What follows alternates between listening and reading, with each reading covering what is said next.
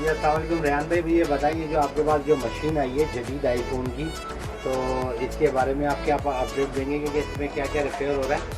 इसमें ग्रीन वाली जो मेन फ्लैक्स होती है ना वो भी रिपेयर हो रही है। एक तो नॉर्मल फ्लैक्स है ना वो भी रिपेयर हो जाती है। इसमें जो ग्रीन कलर की फ्लैक्स आती है ना ये दिखाइएगा थोड़ा, वो भी है रिपेयर आपके हो पास? जाती है। एक तो आपकी ये फ्लैक्स होती है ना, जी कौन सी फ्लैक्स? ये वाली फ्लैक्स है, ये तो नॉर्मल फ्लैक्स ठीक है, है। नॉर्मल मशीन पे हो जाती है।